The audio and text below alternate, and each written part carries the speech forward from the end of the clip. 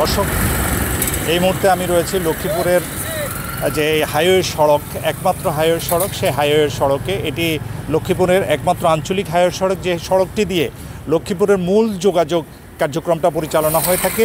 এই সড়কটির যে দুরবস্থা, সেই দুরবস্থাটা কি আপনাদের নজরে আনার জন্য, আপনাদেরকে দেখানোর জন্য আমরা এখানে দাঁড়িয়েছি। আমার পিছনে যে সড়কটি দেখছেন, এই সড়কটি একটা মূল সড়ক, একটা জেলার সাথে যোগাযোগের যে মূল সড়ক, সেই সড়কটির আজকের এই অবস্থা। এই অবস্থা যদি চলমান থাকে তাহলে একটা জেলার যে কী ধরনের বিধ্বস্ততা রয়েছে সেটা আপনারা অনুমান করতে পারেন। এই সড়কটি মূলত লক্ষ্মীপুরের রায়পুর থেকে নোয়াখালী চৌমুহনী চৌরাস্তা পর্যন্ত প্রায় 50 কিলোমিটার সড়ক। এই 50 কিলোমিটার সড়কের সামগ্রিকভাবে এই দুরবস্থা চলছে। এই দুরবস্থার কারণে এই সড়কটির মারাত্মক যে পরিণতি, সেটা জনজীবনকে বিধ্বস্ত করে তুলছে। আমরা একটা সিএনজির সাথে কথা বলছি, এখানে যারা চালাচ্ছে, আমি একটু চালকের সাথে কথা বলছি। আপনি বলেন তো, এই যে সড়কে আপনারা যে যানবাহন চলাচল করছেন, আপনাদের কি অবস্থা? আমাদের অবস্থা খুবই খারাপ। কি ধরনের খারাপ? আমাদের প্রতিদিন গাড়ির কাজ করতে হয়, আমাদের গাড়ির ব্যারিং ভাঙি যায়, আমাদের গাড়ির অনেক কিছু নষ্ট হয়ে যায়, যাত্রী ক্ষতি হয়, যাত্রী বসি। এটা তো একটা হাইওয়ে সড়ক। জি। এই সড়কটা কতদিন থেকে, কত বছর ধরে এরকম অবস্থা? এই সড়কটা অনেক বছর ধরে এরকম, এই সামান্য কাজ করে আবার যা পিছন দিয়ে নষ্ট হয়ে যায়।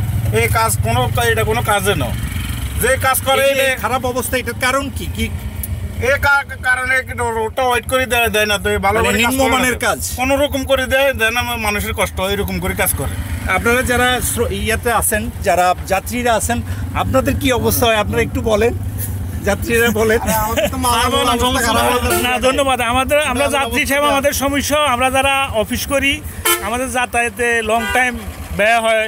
হ্যাঁ, আমরা যেখান থেকে আমরা লক্ষ্মীপুর থেকে মানদারি আসতে 15 মিনিট লাগতো, এখন দেখা গেছে 40 মিনিট সময় লাগে। ধন্যবাদ। আমরা একটু বাস এখানে দাঁড়িয়েছে, আমরা বাস থেকে একটু দাঁড়ানোর জন্য বলছি।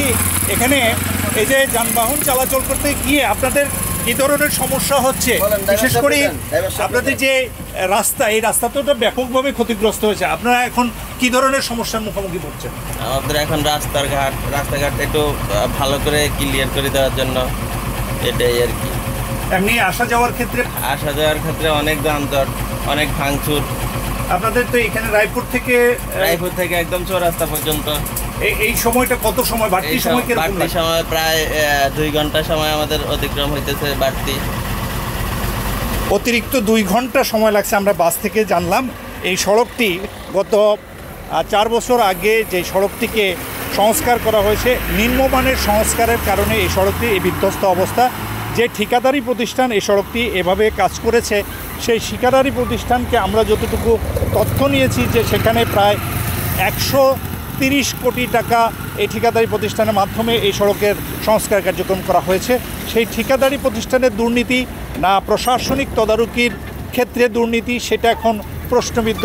কিন্তু আজকে এই সড়কের যেই বিধ্বস্ত অবস্থা, সেটার জন্য মানুষ এই সড়কের যে নির্মাণ কার্যক্রম কিংবা এই সড়কের যে সংস্কার কার্যক্রম, সেই সংস্কার কার্যক্রমের দুর্নীতিটাকে দায়ী করছেন। এবং এই সড়কের যে বিধ্বস্ত অবস্থা, সেই বিধ্বস্ত অবস্থা আজকে প্রত্যেকটা যাত্রী এখানে ক্ষতিগ্রস্ত হচ্ছে। আগামীতে এই সড়কটিকে যদি দ্রুত সময়ের মধ্যে নির্মাণ কার্যক্রম শেষ না করা হয়, তাহলে যাত্রী ভোগান্তি চলমান থাকবে। আমরা এর ভিতরে সড়ক বিভাগের দায়িত্বশীলদের সাথে কথা বলেছি, তারা বলেছেন যে ইমিডিয়েট কাজ করার জন্য তারা সরকারের কাছে আবেদন জানিয়েছেন।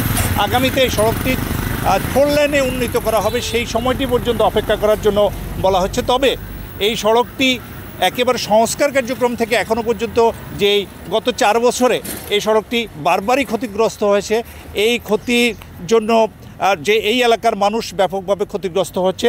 আশা করি এই যে সড়ক কার্যক্রম, এই সড়ক কার্যক্রম আরও উন্নততর করা হবে এবং টেকসই উন্নয়নের মাধ্যমে সড়ককে মানুষের কল্যাণে, মানুষের প্রয়োজনকে ব্যবহার করার জন্য একটা সুযোগ তৈরি হবে। কারণ লক্ষ্মীপুরে একমাত্র এই হাইওয়ে সড়ক ছাড়া অন্য কোনো যোগাযোগ ব্যবস্থা নেই, ট্রেন লাইন নেই, এখানে বিমানবন্দর নেই, এখানে নৌবন্দর নেই। কাজে এই সড়কটিকে গুরুত্ব দিয়ে মানুষের জীবন চলাচলের, যানবাহন চলাচলের ব্যবস্থা করা হবে, এটাই সাধারণ মানুষের প্রত্যাশা। Global television, Lakshmipur.